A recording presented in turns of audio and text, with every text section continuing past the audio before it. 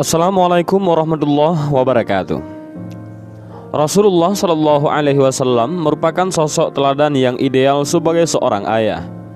Keteladanan itu bisa diambil dari sosok Rasulullah Shallallahu Alaihi Wasallam.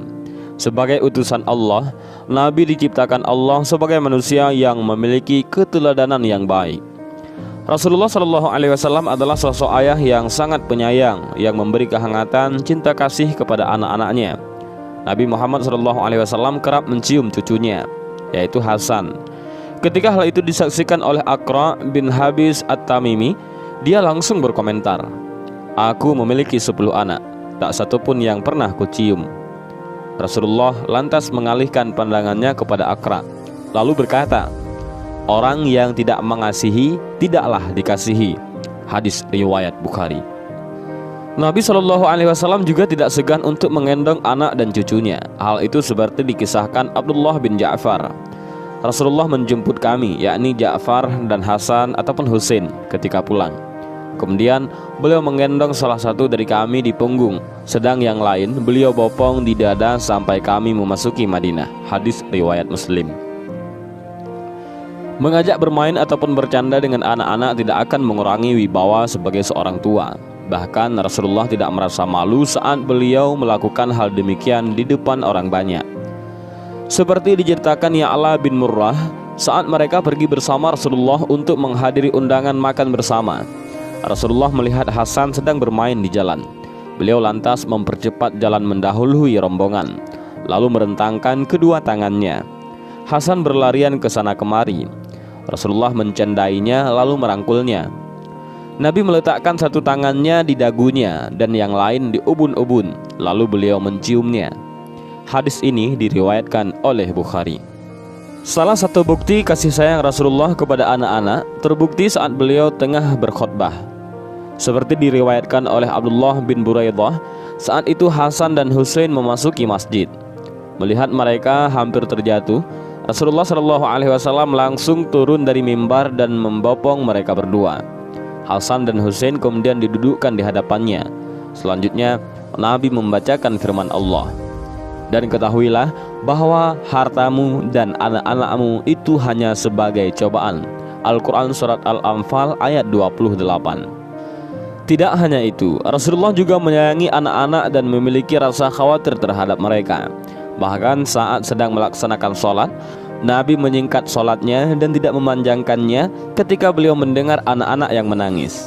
Beliau bersabda, "Pada saat mulai sholat, aku ingin memanjangkannya. Namun ketika mendengar ada anak menangis, aku memendekkan sholatku, karena aku ingat kesedihan ibunya jika anaknya menangis." Hadis riwayat Bukhari dan Muslim. Sayyidina Hasan dan Sayyidina Husain merupakan cucu Rasulullah SAW, anak dari putri bungsunya yang paling disayangi, yakni Sayyidatuna Fatimah Az-Zahra dengan menantunya Sayyidina Ali bin Abi Thalib. Rasulullah SAW pernah bersabda bahwa Sayyidina Hasan cucunya kelak adalah salah seorang penghuni surga dan wajahnya yang paling mirip dengan wajah beliau. "Engkau menyerupai aku, baik dari bentuk rupamu maupun akhlakmu." Bahkan Sayyidina Ali bin Abi Thalib sendiri pernah berkata, Hasan menyerupai Rasulullah dari dada sampai ke kepala, sedangkan Husain menyerupai Rasulullah SAW di bahagian-bahagian lainnya, dari dada sampai ke bawah. Mengetahui hal itu, pada suatu hari Sayyidina Husain kecil menangis dan datang menemui ibunya, Sayyidah Fatimah. Husain kecil lalu berkata, "Ya ibu, mengapa kakek," yaitu Nabi Muhammad SAW, "lebih mencintai kakakku Hasan?" "Mengapa engkau berbicara seperti itu, wahai anakku?" jawab Sayyidah Fatimah. Sayyidina Husain kecil lalu mengutarakan sebab kecemburuannya. "Kakek sering mencium kakak Hasan di bibirnya, sedangkan aku, kakek hanya menciumku di leher." Kemudian Sayyidah Fatimah membawa Sayyidina Husain kecil kepada kakek mereka, Nabi kita Muhammad SAW, dan menceritakan kecemburuan cucunya Husain.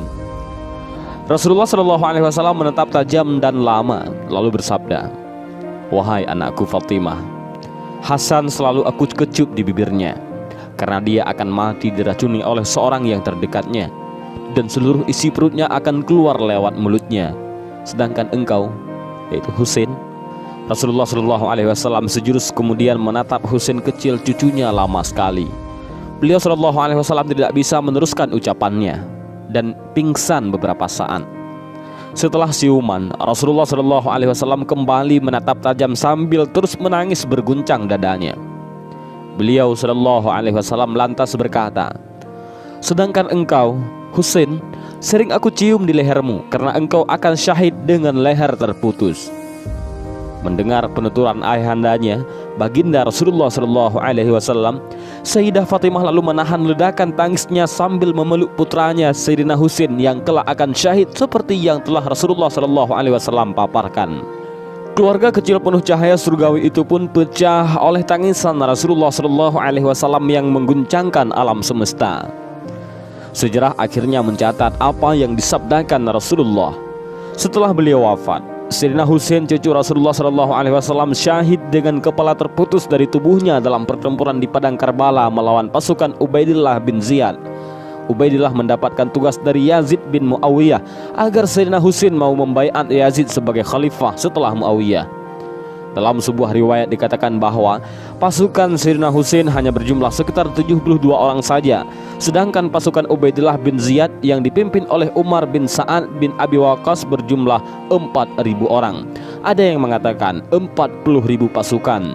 Sebagai manusia biasa, bisa kita bayangkan andai kita diberitahu oleh Allah tentang takdir cara kematian kita, apakah akan kuat menerimanya? Sedangkan Rasulullah Shallallahu Alaihi Wasallam saja sampai pingsan karena sudah diberitahu kronologi kematian cucu-cucunya itu.